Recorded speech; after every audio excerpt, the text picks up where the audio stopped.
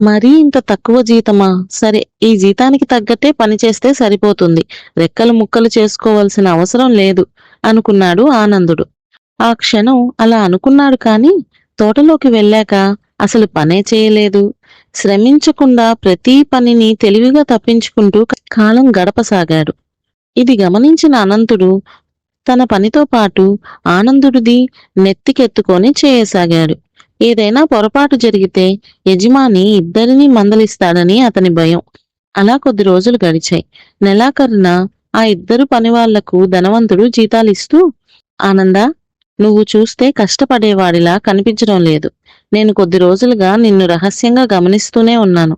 చూస్తుంటే నువ్వు ఈ తోట పనికి సరిపోవనిపిస్తోంది. ఎందుకంటే ముందు చెట్టుకు నీళ్లు పోస్తేనే తర్వాత అది తియ్యటి ఫలాన్నిస్తుంది. అంతేకాని ఫలాలు తిన్నాకే నీళ్లు పోస్తానంటే కుదరదు. ముందు పని, ఆ తర్వాతే ఫలితం. ముందు ఫలితం, ఆ తర్వాతే పని అనే సూత్రం ఎక్కడా ఉండదు. ఈ సత్యం నువ్వు ఎంత త్వరగా గ్రహిస్తే అంత మంచిది.